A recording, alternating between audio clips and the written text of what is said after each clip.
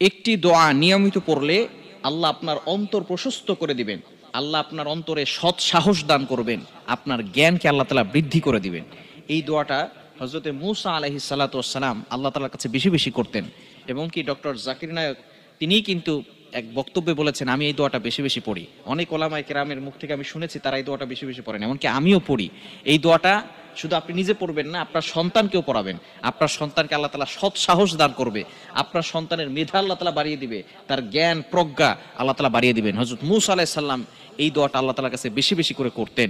যদি আপনি আপনার অন্তরের ভিতরে প্রশান্তি লাভ করতে চান, অন্তরটাকে প্রশস্ত করতে চান, অন্তরে সৎ সাহস আনতে চান, অন্তরটাকে আপনি আল্লাহর জন্য কলুষিত করতে চান, তাহলে এই দোয়াটা আপনি নিজে পড়বেন এবং আপনার পরিবারে যে সমস্ত ছোট ছোট বাচ্চারা রয়েছে, আপনার সন্তান, আপনার ছেলে, আপনার মেয়ে, তাদেরকে এটা পড়াবেন। তাদের ভিতরে সৎ সাহস আসবে, তাদের জ্ঞানকে আল্লাহ তাআলা বাড়িয়ে দিবেন এবং তাদের অন্তরটাকে আল্লাহ তাআলা প্রশস্ত করে দিবেন।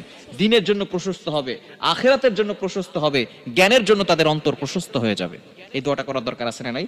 পবিত্র কোরআনুল কারীমের ভিতরে আল্লাহ তাআলা এই কথাগুলো, এই আয়াতগুলো, এই বাক্যগুলো কোট করে দিয়েছেন। সুবহানাল্লাহ, আয়াত হিসেবে আল্লাহ তাআলা নাজিল করে দিয়েছেন। পবিত্র কোরআনুল কারীম খুলেন 16 নম্বর পারার 12 নম্বর পৃষ্ঠার 10-11 নম্বর লাইন, সূরা তাহার 25 নম্বর আয়াত। 25, 26, 27, 28 লম্বা করে পড়লে হয়, তবে 25 নম্বর আয়াত, রব্বিশ রহলি সদরি, রব্বিশ রহলি সদরি। হযরত মূসা আলাইহিস সালাম এই দোয়াটা বেশি বেশি পড়তেন। রব্বিশ রহলি সদরি ওয়াসসিরলি আমরি ওয়াহলুল উকদাতাম মিন লিসানি ইয়াফকাহু কওলি।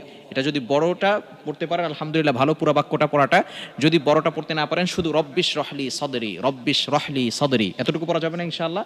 আপনি আপনার রবের কাছে বলছেন, হে আমার রব, হে আমার পালনকর্তা, হে আমার সৃষ্টিকর্তা, রব্বিশ রহলি সদরি, আমার বক্ষকে প্রশস্ত করে দাও।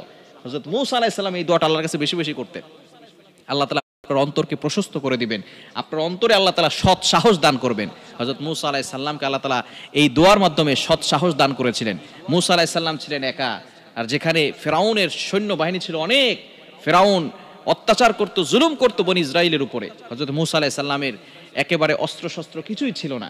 হযরত মূসা আলাইহিস সালাম আল্লাহ তাআলার কাছে তখন দোয়া করেছিলেন, আল্লাহ আমার তো কিছুই নাই, কিন্তু ফেরাউনের তো অনেক কিছু আছে, অনেক সৈন্য আছে, অনেক অস্ত্র শস্ত্রে ফেরাউন সজ্জিত রয়েছে।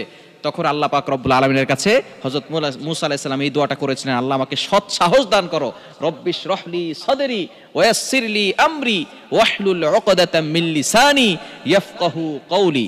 এই দোয়াটা আপনি পড়বেন এবং আপনার সন্তানকেও শিখাবেন। যদি দোয়াটা বেশি বড় হয়ে যায়, তাহলে শুধু রব্বিশ রহলি, রব্বিশ রহলি এটা পড়বেন। আল্লাহ তাআলা আপনার অন্তরকে প্রশান্ত দান করবেন, আপনার অন্তরকে আল্লাহ তাআলা প্রশস্ত করে দিবেন, আল্লাহ তাআলা আপনাকে সৎ সাহস দান করবেন, আল্লাহ তাআলা আপনার জ্ঞানটাকে বৃদ্ধি করে দিবেন। আল্লাহ তাআলা আমাদের সকলকে বেশি বেশি করে এই আমলটি করার তৌফিক দান করেন।